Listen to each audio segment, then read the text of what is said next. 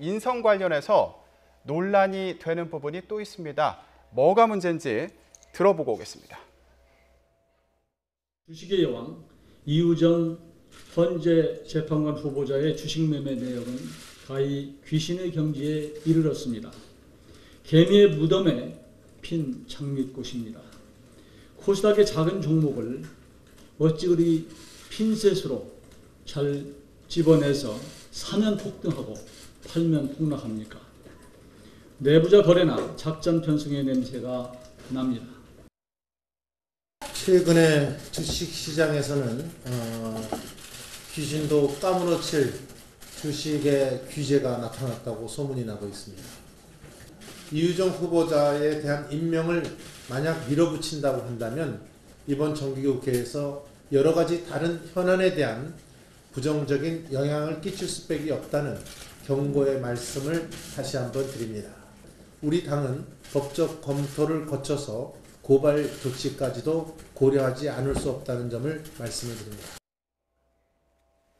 네, 교수님, 지금 얘기를 들어보면 귀신도 까무러칠 주식의 여왕이다. 이렇게 요약을 할 수 있을까요? 무슨 내용인지 정리 좀 해봤습니다. 유정 버핏이다 뭐 이런 얘기까지 하고 있는데요. 가장 논란이 있던 주식이 이 내추럴 엔도텍이라는 주식에 대한 투자입니다.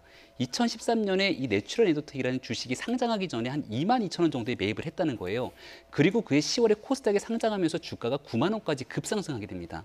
그리고 나서 2015년 4월에 백수호 파동이 터지고 나서 가짜 백수호 파동이 터진 그 주식이거든요. 네. 주가가 다시 10분의 1로 곤두박질 치게 되는데 이 주가가 백수호 파동이 일어나기 전에 천천히 매도를 다 하게 돼서 결국은 5억 원이 넘는 수익을 거뒀다는 거예요. 네. 그러니까 첫 번째로 상장되기 전에 상장되는 정보를 알고선 비상장 주식을 매입한 것이 아니냐. 그리고 매도 시점에서 백수호 파동이 터지기 전에 내부 정보를 받고 매도한 것이 아니냐. 그렇지 않고서 이렇게 많은 5억 원이 넘는 수익을 거두기는 어렵다는 게 첫 번째 주장이고요. 두 번째는 이 미래컴퍼니라는 곳에도 또 투자를 하게 되는데 여기에 작년 3월 달부터 한 2억 원 정도의 투자를 계속합니다. 그리고 이걸 올 4월 달에 매도해서 총 1억 2천 정도의 수익을 거뒀다는 거예요. 그러니까 주가가 그리고 나서 주식이 떨어집니다. 주가가 떨어지고 나서 다시 또 매입을 해요. 그리고 현재 주가가 오른 거를 치게 되니까 여기로 걷어들인 수익이 또 수억이 된다는 겁니다. 이런 정도가 되다 보니까 이거는 여의도 증권가에서도 그냥 개인 투자자가 거둘 수 있는 수익의 정도라든지 방법이 그렇게 될 수가 없기 때문에 결과론적으로는 내부 정보를 활용한 것이 아니냐는 의혹이 더 커질 수밖에 없는 거죠. 네. 자, 이렇게 의혹이 계속되다 보니까 야권에서는 검찰 고발 가능성까지 나오고 있습니다. 의원님은 이번 상황에 대해서는 어떻게 보십니까? 근데 의혹을 제기하려면 뭔가 근거가 있어야 될 것 같은데요. 단순하게 자본주의 사회에서 돈을 벌었으니까 문제다라고 하는 것만을 문제 삼을 수는 좀 없을 거라고 생각을 합니다.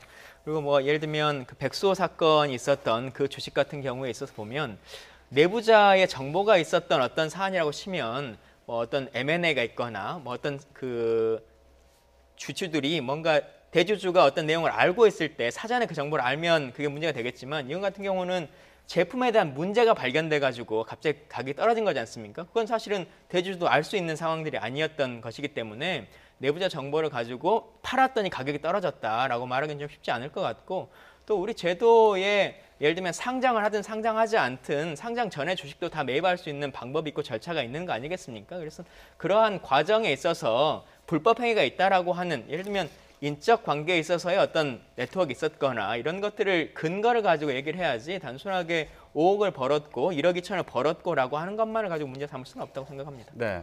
자, 그러니까 이 이득을 실현하는 과정에서 실제로 내부 정보를 알고 있었느냐 이 부분이 검증이 돼야 된다는 그런 설명이셨는데 지금 또 이 이유정 후보자가 논란이 되는 이유가요. 오늘 저녁에 본회의가 예정이 되어 있는데 여기서 김희수 헌법재판소장 후보자 임명 동의안을 처리할 것이냐 이 문제가 같이 엮여 있기 때문 아닙니까? 김희수 후보자뿐만이 아니라 김명수 대법원장 후보자까지도 엮여 있죠. 왜냐하면 이 두 분 같은 경우는 국회 본회의 인준 표결이 필요한 분이고요.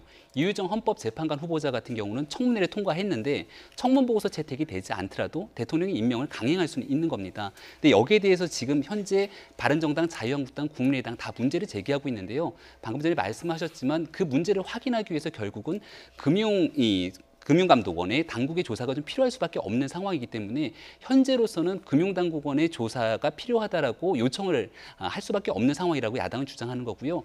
금융감독원도 내일 정도에 이 진정이 들어오게 되면 내부적으로 조사를 가겠다라고 하는 거고 또 지금 바른정당의 얘기를 보게 되면은 시민단체에서 고발까지 할 거다 했는지 여부는 아직 검증이 안 됐습니다만은 그렇게 되게 됐을 경우는 법적인 분쟁 다툼을 가야 되는데 대한민국의 헌법재판관이 이 사실상 법적 분쟁 속에서 재판을 받는 모습들이 가히 좋아 보이지는 않을 수밖에 없기 때문에 여러 가지로 고민이 좀 될 수밖에 없는 상황인 것 같습니다. 네, 과연 오늘 저녁 본회의에서 처리가 될 수 있을지, 오늘 저녁까지 이 문제가 해결될 수 있을지 이 부분은 좀 의문으로 남을 것 같습니다.